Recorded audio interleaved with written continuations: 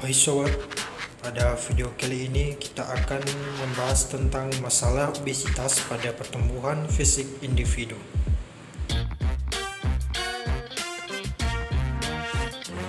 Apa itu obesitas?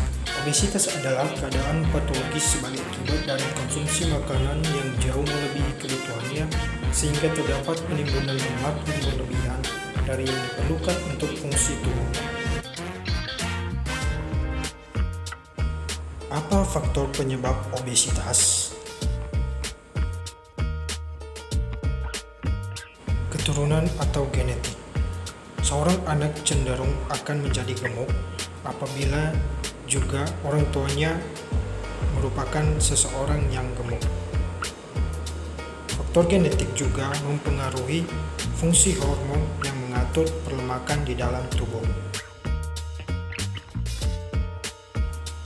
Terlalu banyak makan.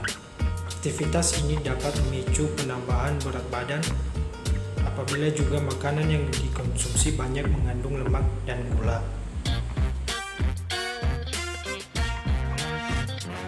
Suka mengonsumsi makanan karbohidrat sederhana. Makanan ini dapat memicu penambahan berat badan karena jenis makanan karbohidrat sederhana merupakan makanan yang mudah diserap oleh tubuh. Metabolisme yang lambat. Apabila metabolisme di dalam tubuh lambat, maka kalori yang ada di dalam tubuh akan menjadi menumpuk sehingga dapat memicu penambahan berat badan. Kurang beraktivitas. Hal ini juga dapat memicu penambahan berat badan karena kalori tidak terbakar di dalam tubuh.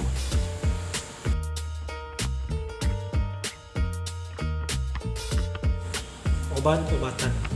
Hal ini juga dapat menyebabkan obesitas apabila dalam hal mengonsumsi obat-obatan yang membuat gemuk melebihi pada batasannya.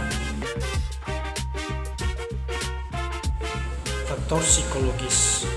Emosi juga dapat mempengaruhi seseorang untuk makan secara berlebihan.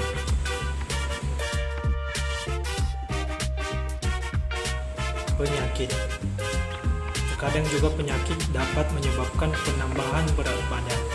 Salah satunya adalah penyakit hipotiroid.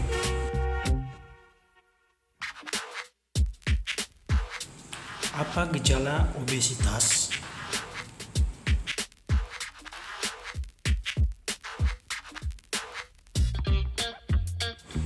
Makan berlebihan. Salah satu gejala umum pada obesitas adalah makan berlebihan. Hal ini dapat menyebabkan penumpukan kalori di dalam tubuh sehingga lama-kelamaan akan menjadi lebih besar yang dapat menimbulkan obesitas pada manusia.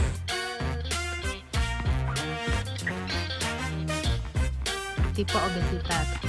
A. Obesitas menurut distribusi lemak.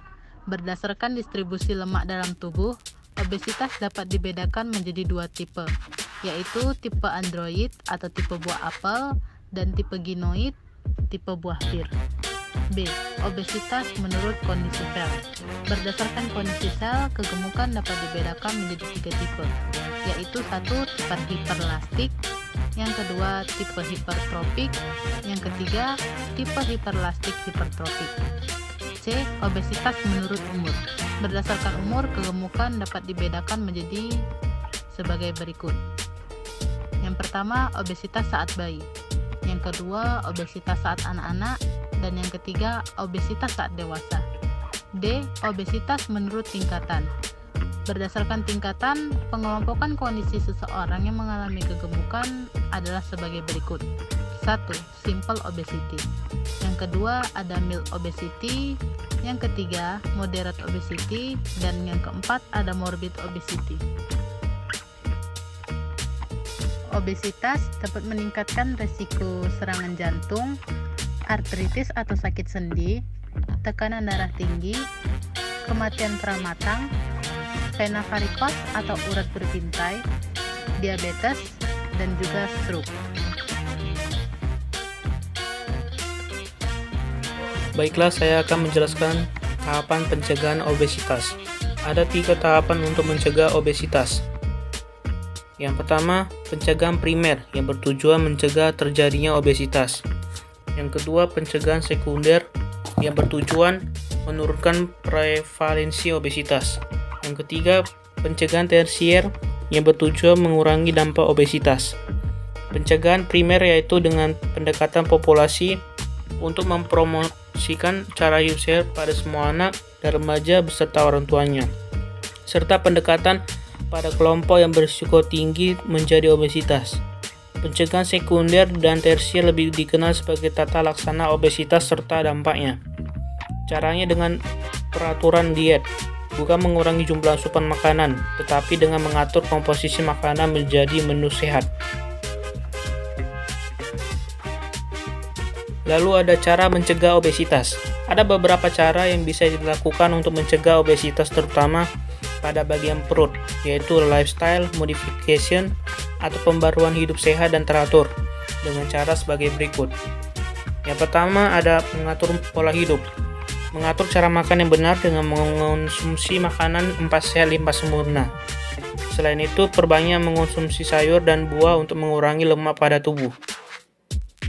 Lalu ada berikut adalah untuk aturan dasar-dasar pola makan sehat.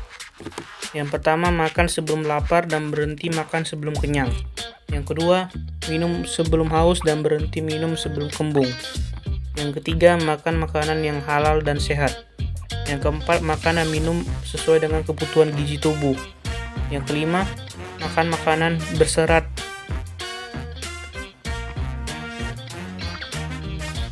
Yang keenam, variasikan makanan dan minuman yang dikonsumsi. Yang ketujuh, hindari makanan cepat saji. Yang kedelapan, mengukus, merebus, dan menumis makanan dengan sedikit minyak adalah baik. Yang kesembilan, membakar, memanggang, dan menggoreng makanan adalah kurang baik. Lalu ada berikut adalah beberapa kandungan makanan yang perlu diwaspadai, yaitu yang pertama gula, yang kedua garam, yang ketiga lemak, yang keempat kolesterol, yang kelima zat pengawet, yang keenam zat aditif atau zat tambahan seperti pewarna, perasa, penguat rasa, pemanis, yang ketujuh soda, yang kedelapan kafein, yang kesembilan radikal bebas, yang ke-10 alkohol, yang ke-11 minyak, yang ke-12 pestisida. Baru yang kedua ada olahraga rutin. Lakukan olahraga secara rutin paling tidak 2 kali seminggu. Olahraga berfungsi untuk menjaga sirkulasi udara menjadi lancar. Olahraga yang tepat bagi penderita obesitas yaitu renang, aerobik, dan jalan kaki. Dan hindari melakukan fitness karena olahraga itu relatif sangat berat bagi penderita obesitas.